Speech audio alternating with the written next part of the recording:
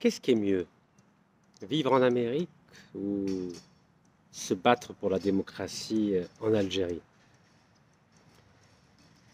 Vous savez que le regard que j'ai sur l'Algérie n'est pas le même que ceux qui ont vécu longtemps dans notre pays. Vous savez que je suis né en Europe, que j'ai vécu en Europe, un petit peu aux États-Unis. Et ce qui me distingue peut-être de la majorité de ceux qui se sont engagés dans la vie politique algérienne, c'est peut-être qu'il y avait un manque chez eux. Il y avait un manque de reconnaissance, un manque de réussite professionnelle ou un manque d'enrichissement. Et qu'en Algérie, le moyen le plus rapide et le chemin le plus court pour s'enrichir, c'est la corruption. D'ailleurs, ce n'est pas spécifique à l'Algérie, c'est un problème qui touche l'ensemble du continent africain. Et peut-être que même si j'ai eu des parents analphabètes, que je tiens à remercier, Rabbi Yarhamhoum, j'ai eu la chance d'avoir des frères et des sœurs qui étaient alphabétisés, qui avaient eu tous le bac, et donc j'ai pu profiter, en étant neuvième de la famille, des expériences des unes et des autres. Et c'est peut-être ces valeurs qui m'ont été transmises à la fois par mes défunts parents et par mes frères et sœurs, qui m'ont épargné cette tentation de la corruption qui est le véritable cancer de notre pays.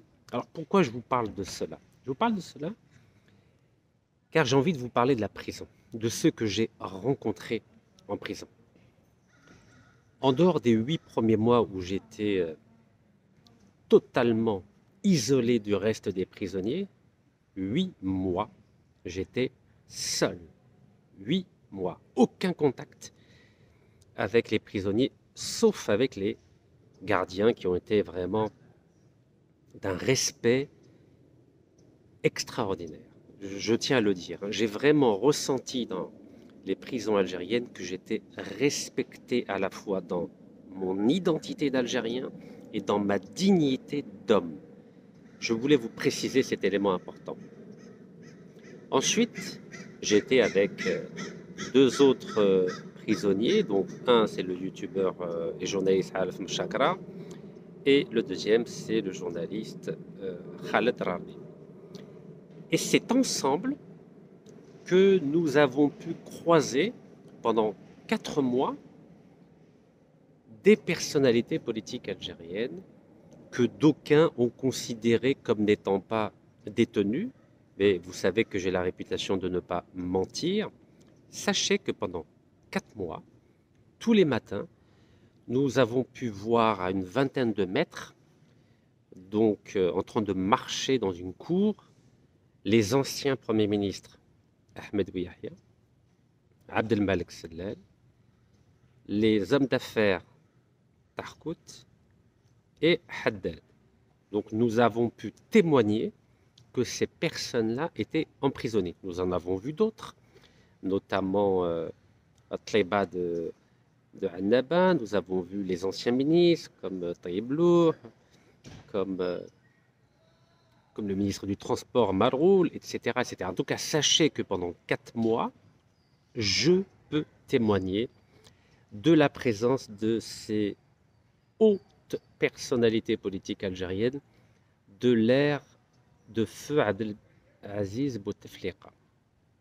Alors vous savez que les autorités algériennes sont très intelligentes. La prison d'Orléans, où j'ai passé les 14 premiers mois, est une prison qui compte entre 3 et 4 000 prisonniers.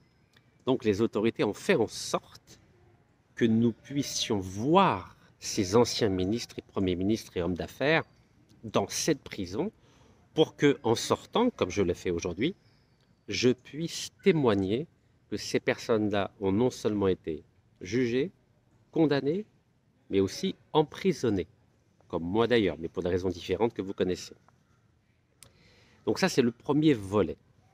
Et la prochaine fois, je vous parlerai d'autres prisonniers connus que j'ai eu l'occasion de rencontrer, de vivre avec, là c'est différent, vivre avec, dans la prison de Chlef. Voilà le témoignage que je voulais vous apporter ici à partir de Californie.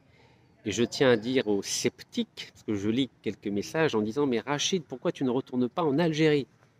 Vous savez, ça fait 12 ans que je me suis engagé corps et âme en Algérie, et souvenez-vous, je m'étais engagé sur 20 ans.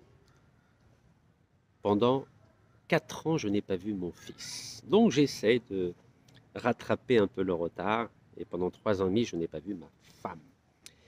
Donc l'Algérie, c'est très important, mais la famille, c'est aussi important. Donc rassurez-vous, grâce à mes frères et mes sœurs, j'ai la possibilité de voyager, et je tourne entre l'Afrique, l'Europe et les Amériques. Donc, je n'abandonnerai jamais l'Algérie, jamais, jamais. Mais j'apprends. J'apprends de mes erreurs, j'apprends de mes expériences, mais je reste un homme de principe, et je ne bougerai pas d'un iota. Et je ne suis là ni pour faire plaisir, ni pour jouer un rôle. Je suis authentique, je suis intègre, et je n'ai jamais volé le moindre centime, le moindre dinar, le moindre euro et le moindre dollar dans aucun pays.